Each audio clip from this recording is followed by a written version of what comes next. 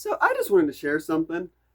Uh, I don't know if anybody else is familiar with it at all. It is an older movie and an even older book. But if you're never read or watched or both, for me it took both to really appreciate it. If you've never read or watched the film or book Dr. Zhivago, I really recommend it.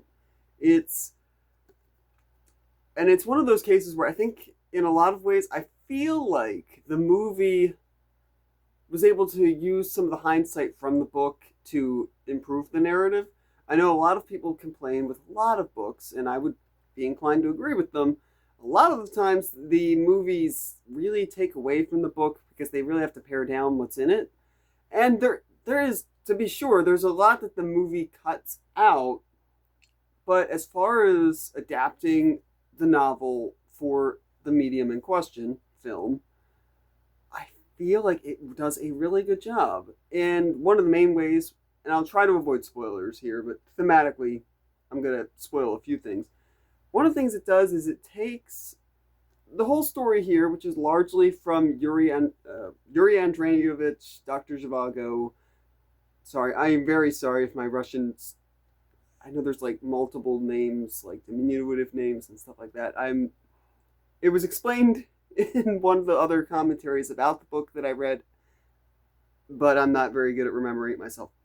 Anyway, it actually, the novel just follows Yuri slash Dr. Zhivago, but the movie actually kind of does something entirely different, which is it tells the whole story in flashback, basically from something that happens really close to the end of the book, and expounds on that and has the narrator be Zhivago's brother, who's a minor character, relatively speaking.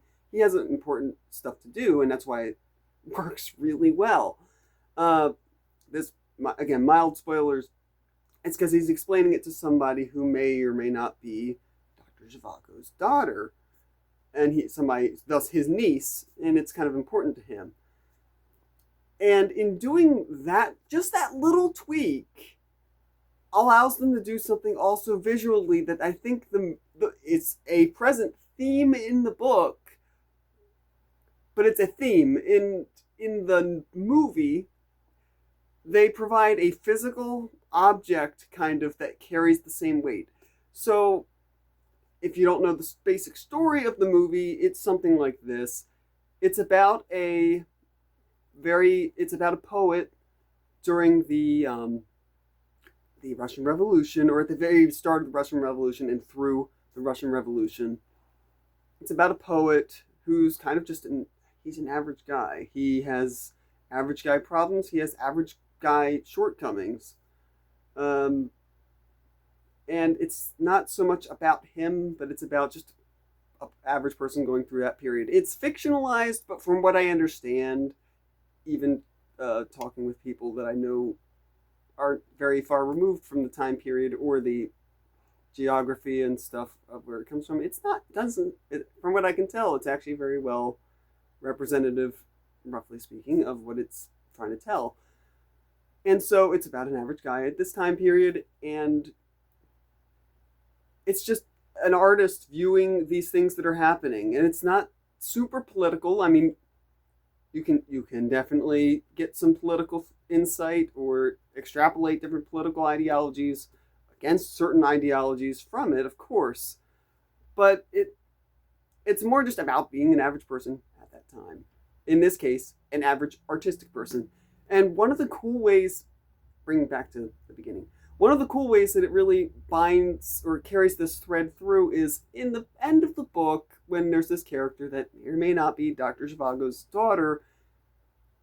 It notes that, the thing that really proves it is that she's artistic. Now, it's a completely different art form from Yuri, who's a poet, and his mother, who played balalaika and stuff like that. So what they did for the film, which I thought was really, really interesting and a different way of presenting this for the format, for the film, from the book, take that theme to the next level. And in a very early scene, Dr. Zhivago is given his mother's balalaika, which is a uniquely Russian instrument, thus unique to Russian art, and artistry, aside from them.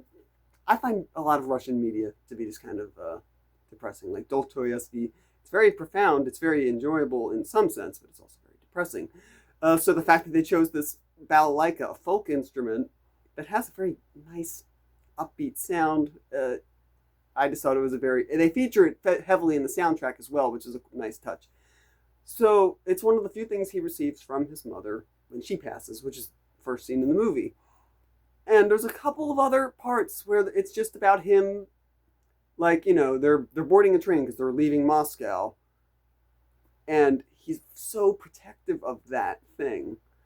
And then later on, I get spoilers kind of for the end, his daughter can play, or this woman that might be his daughter can play the balalaika, and that's like one of the last things in the movie. And it's just it's just this beautiful visual object thread that really captures the whole motif that, again, it's in the book, but it's not in the book in the same way. And I just think it's a really cool way that they changed that for the adaptation.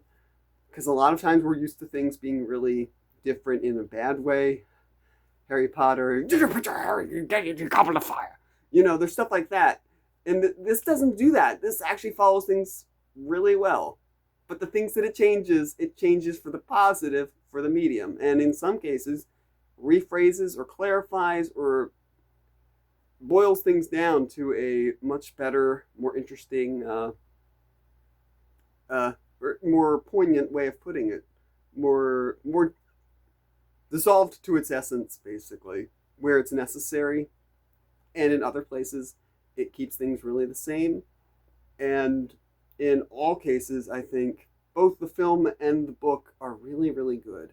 So if you're an artist and, you've always wondered what it might be like going through some stuff, politically, culturally, or whatever, maybe check this one out, because it's really, unfortunately, I talk to a lot of people that don't even watch old movies and certainly don't read older books, and they've never really heard of it.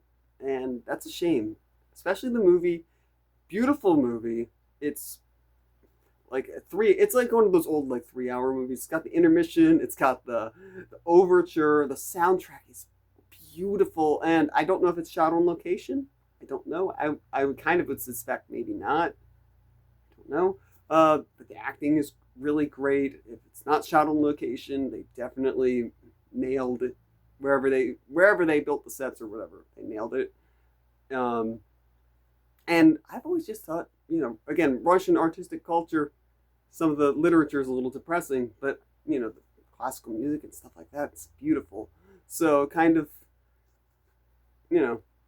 has a lot behind it. And if you can appreciate that, if you can appreciate, kind of this everyman story, every artistic man or woman story that is set at that time, it's definitely something to check out.